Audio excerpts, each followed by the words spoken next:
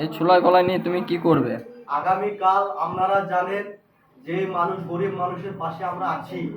যেসব মানুষ দিন আনে দিন যারা খায় তাদের পাশে আমরা ছিলাম আর থাকবো। আগামী বুধবার 22 জানুয়ারি আমরা প্রত্যেকটা মানুষের হাতে ছোলা গলায়, মসুর গলায় তুলে দেবো।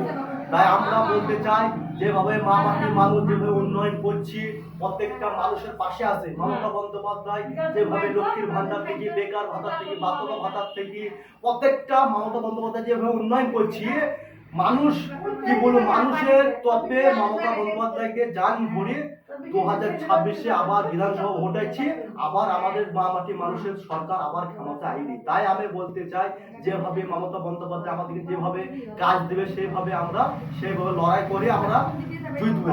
আমরা বলতে চাই, যেভাবে বিজেপি সরকার যেভাবে দুর্নীতি করছে, বিজেপি সরকার 2026 পর্যন্ত এই পশ্চিমবাংলা পর্যন্ত কোনো বিজেপি বলে কোনো জিনিস থাকবে না।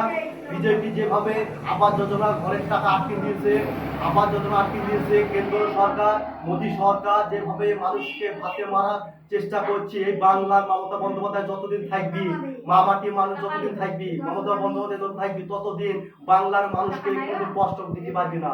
আমাদের মা মাটি মানুষ জিন্দাবাদ, আমাদের দাদা সমীরণ মন্ডল জিন্দাবাদ, আমাদের বাসাদা জিন্দাবাদ, আমাদের আবু বাক্কার ভাই জিন্দাবাদ, বড়ুয়া তৃণমূল কংগ্রেস জিন্দাবাদ, মা মাটি মানুষ জিন্দাবাদ, মমতা বন্দ্যোপাধ্যায় জিন্দাবাদ, অভিষেক বন্দ্যোপাধ্যায় জিন্দাবাদ।